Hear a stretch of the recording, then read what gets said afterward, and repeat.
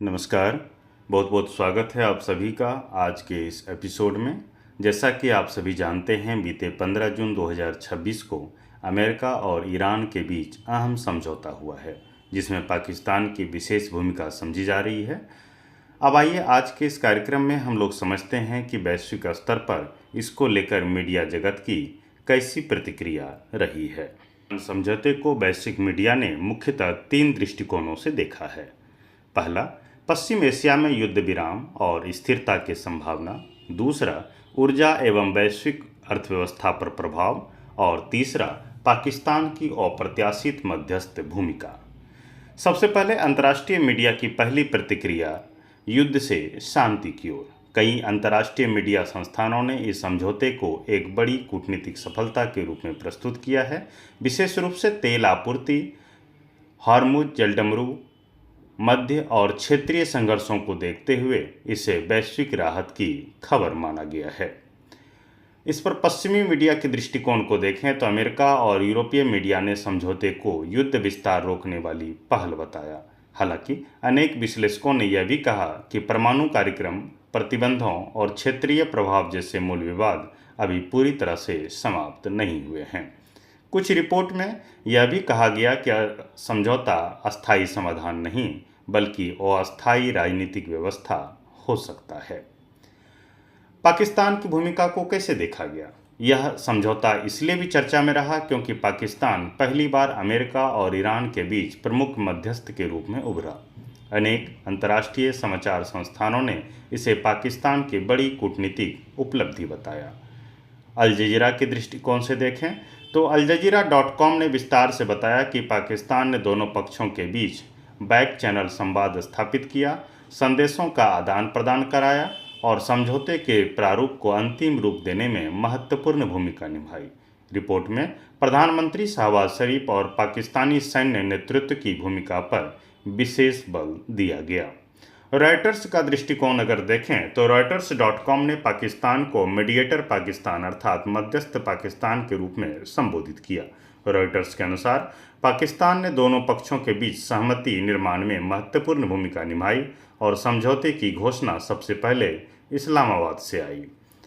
पाकिस्तान की भूमिका पर कुछ संदेह भी है। सभी मीडिया संस्थान पाकिस्तान की भूमिका को लेकर पूरी तरह से सहमत नहीं रहे। कुछ इजरायली और पश्चिमी विश्लेषकों ने प्रश्न उठाया कि वास्तविक वार्ता में पाकिस्तान की भूमिका कितनी निर्णायक थी और कितनी प्रतीकात्मक।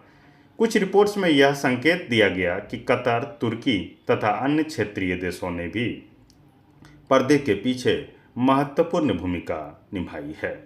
ईरानी मीडिया की प्रतिक्रिया को देखें तो ईरानी मीडिया में प्रतिक्रिया मिला जुला रहा।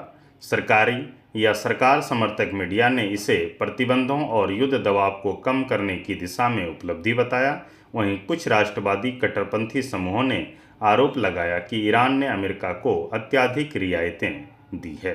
कुछ रिपोर्ट्स में समझौते के मसौदे के विभिन्न बिंदुओं पर आंतरिक असहमति भी दिखाई गई। अब अगर अमेरिकी मीडिया में इसकी बहस की बात करें तो अमेरिकी मीडिया में 2 धाराएं दिखाई दी। एक समर्थक यानी कि जो इसके पक्ष में है, समझौते से अमेरिकी सैनिकों पर खतरा कम होगा, तेल बाजार स्थिर होंगे तथा मध्य पूर्व में एक और लंबे युद्ध से बचाव होगा। वहीं इसके विपक्ष में देखें तो कुछ विश्लेषकों ने कहा कि समझौता ईरानी शासन को राजनीतिक वैधता दे सकता है। ईरानी विपक्षी समूहों ने आरोप लगाया कि इससे शासन और मजबूत हो सकता है।